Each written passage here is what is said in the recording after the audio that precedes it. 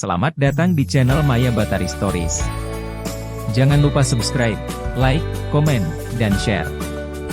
Terima kasih. Novel romantis menikah beda usia, suamiku om kekasihku. Bab 21 bercumbu dengan awan. Sandyapov. Bermain para layang sambil menikmati keindahan panorama kebun teh. Hal kedua masih bisa aku lakukan. Hatiku ikut senang, ketika suamiku bersenang-senang di atas sana. Dia tahu istrinya sedang hamil sudah lumayan besar, harusnya aku diajak liburan santai.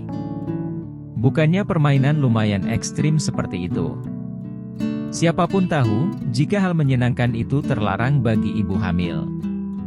Setidaknya dia mau menyempatkan waktu untukku. Hibur malaikat baik dalam hatiku. Meski kami jarang bersama, aku tidak pernah mengeluh. Menjadi istri seorang pengusaha seperti dia, benar-benar harus tahan banting. Aku menunggu di pinggir lapangan bersama para mentor, dan juga beberapa wisatawan yang sedang menunggu giliran naik. Setelah bekerja tidak mengenal waktu, baru sekarang Mas Mahesa bisa melepas penat. Menikmati waktu hanya berdua. Jauh dari rutinitas dan hingar-bingar kota. Sebenarnya aku tidak punya keberanian sebesar itu. Tapi gara-gara suamiku suka olahraga alam, akhirnya aku pun jadi terbiasa. Jelas Inka, wanita cantik berumur 30-an yang datang bersama suaminya. Jelas terlihat jika mereka sangat energik, dan menyukai petualangan. Aku menjadi agak penasaran. Jadi, Mbak Inka sudah berpetualang kemana saja? Wanita itu meneguk air mineral sebelum membalas ucapanku. Hampir sebagian besar gunung di Indonesia sudah pernah kami daki. Terakhir kami pergi ke Puncak Jaya, tepat saat tanggal 17 Agustus kemarin. Aku sungguh sangat iri, coba aku memiliki kesempatan seperti itu. Kedengarannya itu sangat menyenangkan. Dia tersenyum pahit kepadaku. Akan lebih menyenangkan, jika pernikahan kami yang sudah hampir 8 tahun segera dikaruniai anak. Dengan tatapan sendu, Inka mengelus perutku dengan tangan bergetar. Ada nada getir dalam perkataannya, Farel masih ingin berpetualang. Dia masih belum menginginkan bayi kami hingga sekarang. Tapi aku juga sangat mencintainya.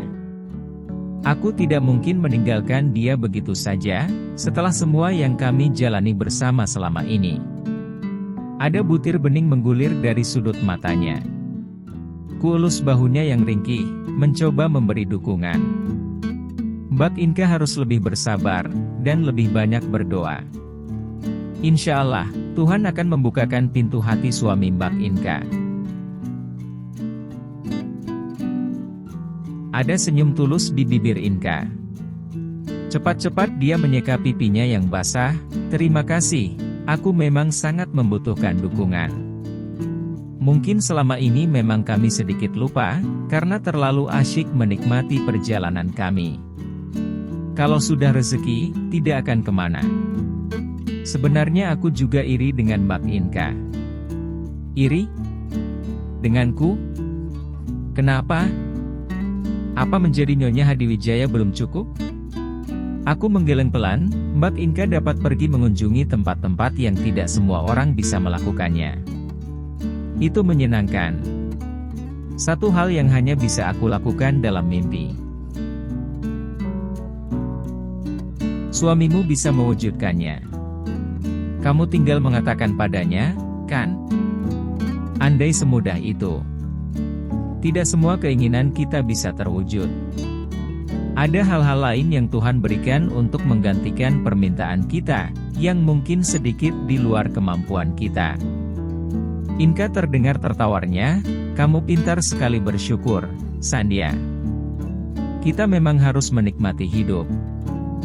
Apapun keadaannya, itulah hal terbaik yang harus kita jalani. Aku petualang, dan kamu seorang istri miliuner. Sepertinya aku harus menikmati peran itu. Mengunjungi destinasi wisata terkenal juga sebuah petualangan. Aku yakin, suamimu sering mengajakmu liburan, bukan? Aku tidak memungkirinya. Berbicara dengan Inka ternyata sangat menyenangkan. Sambil menunggu para suami, pada akhirnya kami berbicara banyak hal. Mereka tinggal di Jogja, dekat Prawiro Taman katanya. Bahkan Inka memberikan kartu nama kepadaku, mengingatkan untuk mampir jika sewaktu-waktu berkunjung ke kota pelajar itu. Jadi, kalian akan langsung ke Bandung? Aku sedikit kecewa ketika Inka menolak ajakanku untuk makan siang bersama. Dia hanya menggeleng penuh permintaan maaf. Iya. Sebenarnya aku sangat ingin bergabung.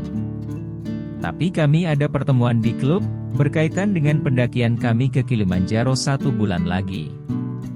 Sekali lagi aku merasa dia sangat beruntung. Kalau begitu aku tidak bisa memaksa. Semoga nanti perjalanan kalian menyenangkan. Senang bisa kenal dengan Mbak Inka. Terima kasih Sania, kamu juga. Semoga kamu selalu sehat sampai nanti melahirkan. Terima kasih, Mbak. Semoga kita bisa bertemu lagi lain waktu. Inka sekali lagi mengelus perutku dengan lembut, dan lagi-lagi sepertinya anakku menendang senang karena mendapatkan teman baru. Tidak berapa lama, kami turun dengan mengendarai mobil masing-masing. Kelihatannya Mas Mahesa dan Farel juga akrab, mereka sempat berpelukan erat sebelum berpisah. Seperti istrinya, Farel juga pria yang ramah dan mudah bergaul. Farel dulu pernah ikut klub pacuan kuda, dan cukup intensif mengikuti kegiatan. Kami dulu sering berbincang, dan dia orang yang lumayan menyenangkan, jelas Mas Mahesa ketika aku bertanya mengenai keakraban mereka berdua. Mataku melirik sejenak kepada sosok ayah dari anakku, yang tampak fokus ke jalan di depan, tapi mereka belum memiliki anak. Menurut Inka sudah 8 tahun mereka menikah, tapi Farel belum mau berhenti berpetualang. Farel masih belum mau memiliki momongan. Beberapa lama, Mas Mahesa hanya diam. Dia seperti tidak mau menanggapi apapun. Pada akhirnya aku tidak ingin meneruskan diskusi satu arah itu. Aku mengerti, ini memang bukan topik menarik bagi kaum pria. Pembahasan ini akan seru jika melibatkan menantu dan ibu mertua. Sayang, aku sudah tidak memiliki mertua. Sekarang fokusku tertuju pada sosok tampan di sampingku. Dengan baju kasual pun suamiku terlihat sangat menarik. Kaos polo berkerah warna putih, dipadukan dengan celana jeans biru yang membungkus indah kaki panjangnya. Lengan berototnya seimbang dengan dada bidang, dan perut rata yang seperti atlet. Sebuah kacamata hitam bertengger di atas hidungnya. Mungkin aku memang beruntung, karena dapat memiliki pria ini dalam hidupku. Terpesona denganku, Nyonya. Suamiku sudah membuka kacamata, entah kapan. Dia kini sedang memerangkapku dengan tatapan elangnya. Mobil berjalan pelan, dengan jalanan yang sudah melandai. Dasar besar kepala. Aku cuma sedang menunggu jawaban Mas. Aku beralasan sambil memalingkan wajah, melihat panorama menghijau di luar kaca jendela. Jangan terlalu dipikirkan. Mereka itu dua orang dewasa. Tentu Farel dan Inka sudah memikirkan hal terbaik untuk kehidupan mereka. Mas Mahesa memberi sebuah jawaban yang terdengar sangat masuk akal. Mau makan siang di mana? Mang Ujo juga pinter masak, bagaimana kalau kita makan di villa saja? Sekali otoriter, pasti selamanya tidak mau dibantah. Aku belum memberi jawaban apapun, tapi lihatlah keputusan yang dia ambil. Padahal sebenarnya sedikit ingin makan di luar, tapi Mang Ujo memang pintar dalam segala hal. Dari merawat rumah, kebun, bahkan membuat masakan Sunda. Harus kuakui, jika masakan pria setengah bayi itu memang rasanya luar biasa. Sampai-sampai seorang Mahesa Hadiwijaya ketagihan. Malam sudah menjelang, ketika kami sampai di villa. Menu makan malam yang menggoda selera, ternyata sudah menunggu kami. Mang Ujo menyambut kami dengan sangat ramah. Pria asli Sukabumi itu, tentu saja sudah hafal dengan kebiasaan sang tuan besar. Mang Ujo tinggal bersama istrinya, tapi Teh Rina sedang pulang kampung. Katanya ada saudara yang sedang hajatan. Mang Ujo tidak ikut, karena bertepatan dengan kedatangan kami. Suamiku langsung menyeret tanganku, menuju ke ruang makan. Sebenarnya kami berencana makan di saung, di halaman belakang. Tapi udara terlalu dingin, hingga Mas Mahesa tidak mengizinkan. Maaf Tuan dan Nyonya, hanya ini yang bisa saya siapkan. Saya hanya orang desa, hanya ini yang bisa saya masak, ujar Mang Ujo menyodorkan piring berisi pepes ikan mas, menyusul banyak piring lain dengan lauk berbeda. Wangi kemangi segera menguar, berpadu dengan uap yang masih mengepul. Seketika air liurku pun terbit. Mamang masak semuanya ini sendiri, tanyaku penasaran. Ada kolam ikan dan kebun sayur di belakang villa, Neng. Tuan benar-benar memanjakan kami, yang memang suka bertani. Selain merawat villa, setiap hari kami hidup sebagai petani. Jadi, memasak seperti ini sudah biasa kami kerjakan. Berarti Mamang dan istri tidak tinggal di sini? Di belakang juga ada pavilion kecil. Kami tinggal di sana. Jika Neng berkenan, besok boleh melihat-lihat ke belakang. Tentu saja, Mang. Terima kasih untuk semua makanan ini. Mamang makan malam bersama kami saja. Terima kasih, Neng.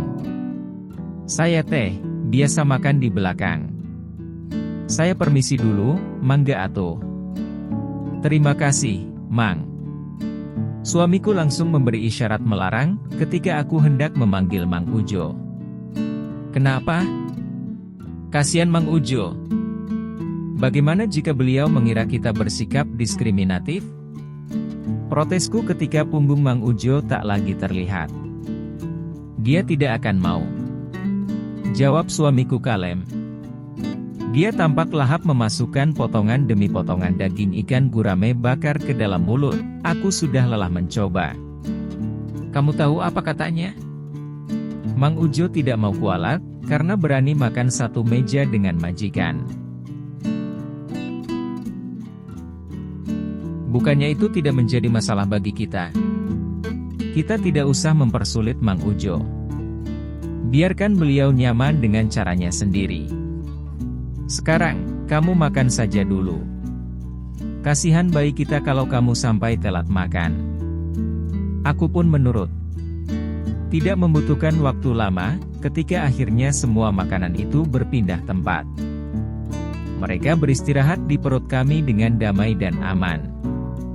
Perutku lumayan sesak, karena tadi hilaf dalam menikmati makanan. Bab 21 Bercumbu dengan Awan. Mungkin aku tidak akan pernah percaya, jika suamiku yang kaku dan selalu berwajah datar itu, ternyata bisa juga bersikap romantis.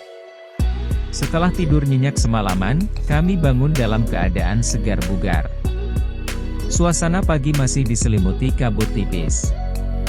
Mas Mahesa membawaku berjalan menyusuri jalanan setapak. Mang Ujo menyapa kami, dari salah satu petak tanaman sayur. Sepagi itu, beliau sudah di ladang. Apa tempatnya masih jauh? Tanyaku ketika samar-samar mulai mendengar gemericik air. Kami berjalan pelan. Sesekali kami harus berhenti, karena Mas Mahesa tidak mau diriku kelelahan. Mas Mahesa mengarahkan jari telunjuk ke suatu tempat di depan sana. Aku mengikuti dengan tatapan penasaran. Tidak jauh dari kami, tampak sebuah air terjun kecil mengalir di balik tirai kabut putih tipis. Ada bangku besi berukir yang sepertinya sengaja diletakkan di sana. Sangat indah. Kami berjalan dengan saling bergandengan tangan. Di bawah bukit, tampak perkebunan teh luas yang juga masih sedikit tertutup kabut. Subhanallah, ini sungguh luar biasa. Seharusnya dari dulu kita ke sini.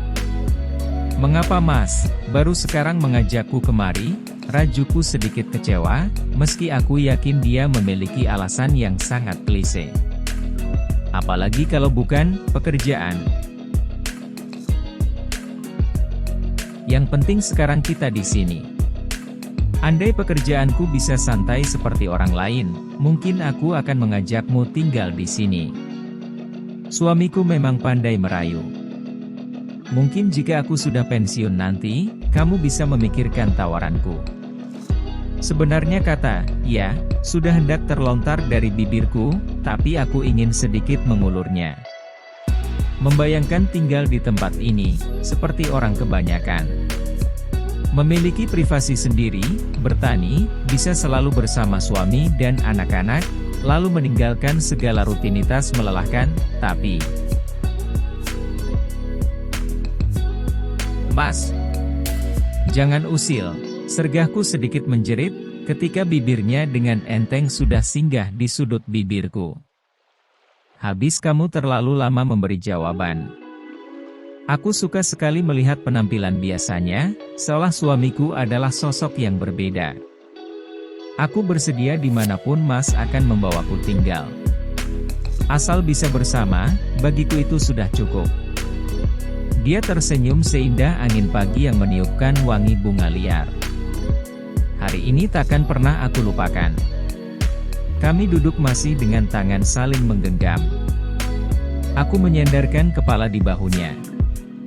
Hawa dingin menusuk tulang hampir tak terasa. Ayo, kita pulang. Sudah waktunya sarapan. Semoga kita akan sering menikmati pagi yang sejuk dan dingin di masa mendatang di sini. Sekali lagi dia mengecup keningku lembut, sebelum menggandeng tanganku beranjak dari tempat yang sangat indah itu. Hampir seharian, Mas Mahesa mengajakku mengelilingi area villa. Kami memancing beberapa ikan, juga memetik sayur segar langsung dari kebun. Sebenarnya aku ingin memasak untuk makan siang, tapi Mang Ujo melarang. Lagi pula, tubuhku memang sekarang sudah sangat gampang lelah. Mungkin efek kehamilan yang kian besar. Malam harinya, di tengah cuaca kawasan puncak yang selalu dingin, ditambah sedang pertengahan musim kemarau. Mas Mahesa mengadakan pesta barbeque di teras samping yang luas, yang sepertinya memang dikhususkan apabila ada acara di luar ruangan. Kemudian muncullah hampir selusin wajah-wajah, yang setiap hari berseliweran di kantor suamiku. Nadia dengan pakaian kasual, tampak tersenyum manakala aku bertanya mengapa semua baru muncul sekarang. Itu rahasia, akan lebih bijaksana jika kamu bertanya langsung kepada sang pembuat kebijakan. Lirih nada bicara Nadia membuatku kesal bukan main. Nadia tampak menyibukkan diri dengan alat bakar-bakar. Sesekali terlihat bercanda dengan peras, dan juga suamiku tanpa peduli lagi padaku. Dan aku adalah ratunya malam ini. Aku hanya duduk manis di atas sofa empuk, di bawah kanopi pohon bunga wisteria kuning. Tidak ada yang memperbolehkanku mendekati api. Aku hanya boleh menikmati secangkir susu hangat, sambil bergelung di bawah selimut tebal. Alih-alih memberiku daging dan sosis bakar, Mas Mahesa justru memberiku semangkuk sup ayam hangat. Daging bakar tidak baik untuk wanita hamil. Kamu harus makan makanan yang sehat. Lagian sekarang cuacanya sangat dingin. Ini lebih cocok untuk kamu.